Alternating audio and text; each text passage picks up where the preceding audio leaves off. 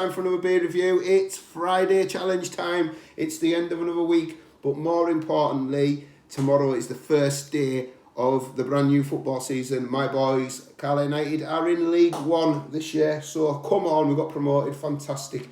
This is a beer review that should have been done ages ago. I have to apologise. I've just not got round to doing it, and that's on me. That's my bad. My mate Owen kindly bought me this and asked me to review it, so I'm doing it for Friday challenge. And again, apologies, mate. Just not been good enough, have I? I've been poor. So this beer is from Allendale, and it is called the Pele. The Pele Corbridge. It is a pale ale, or a Pele ale as they're putting it, and it is 4.4%. I was going to say 4 point something there, I don't know. 4%, 440ml can, 45 IBUs. The hops are Citra, Cascade and Columbus, and the malt pale ale, Munich, Vienna wheat. And it's got a little colour chart on the back, and it has got a little arrow pointing at the yellow. So there you go. I know Don, he likes his colour charts, and TK on their channel, Beer Day with TK, do check them out too, top beer reviewers. So it says, the Pele Tower, also known as Vicar's Pele, was the finest of its kind. It was built in AD 1300 for the Vicar of Corbridge, and was lived in as a fortified vicarage until the end of the 17th century. And this is Allendale Brew Co. out of Hexham. I've never been to the pub. He bought this in the pub, so I think this beer is brewed specifically for the Pele the Pele. I don't think it's named after the Brazil. Well, it's not named after the former Brazilian footballer who advertised products for erectile dysfunction. But yeah, so we'll get this out in a glass and see what we get. Whoa, that's lively. It's to the brim. And it came out, and it's just nestled on the top of the can. I've got a bit of froth, so I'm going to have to do a little bit of a pre-drink here, a little pre-slurp. That is a generous can.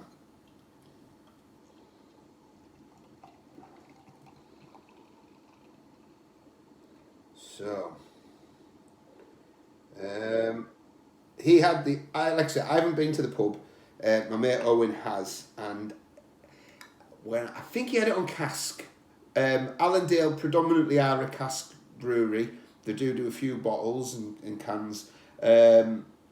We used to get a lot of their beers in Carlisle, a lot of Allendale beers. We don't see as many of them. We occasionally see one in Woodrow Wilson's, the Weatherspoons, but I haven't had an Allendale in absolute yonks. Beer in a glass. The can didn't lie. It is on that yellow colour.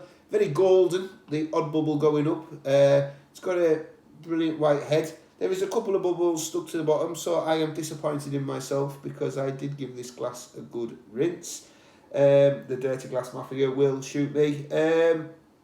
Decent levels of clarity, just an ever so slight haze to it. We'll get those. Not a lot. Touch of grapefruit.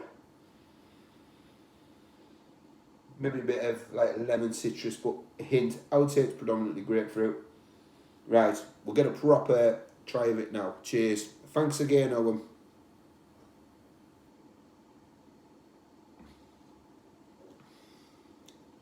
Pleasant, yeah, not bad at all. Bit of biscuit malt, slight bitterness on the finish, a little bit of a tang, predominantly grapefruit up front, and then it hangs around, a little bit, like I said, there's a little bit of a biscuit finish, and then it kind of comes back in again, this grapefruit flavour with a bit of thing on the end. Yeah, it works, it's alright. It's a beer that would be better on cask. I think it would shine on cask. But that shouldn't be a shock because, like I said earlier, they are predominantly a cask brewery. I don't mind it. I think it's a pretty solid pale ale.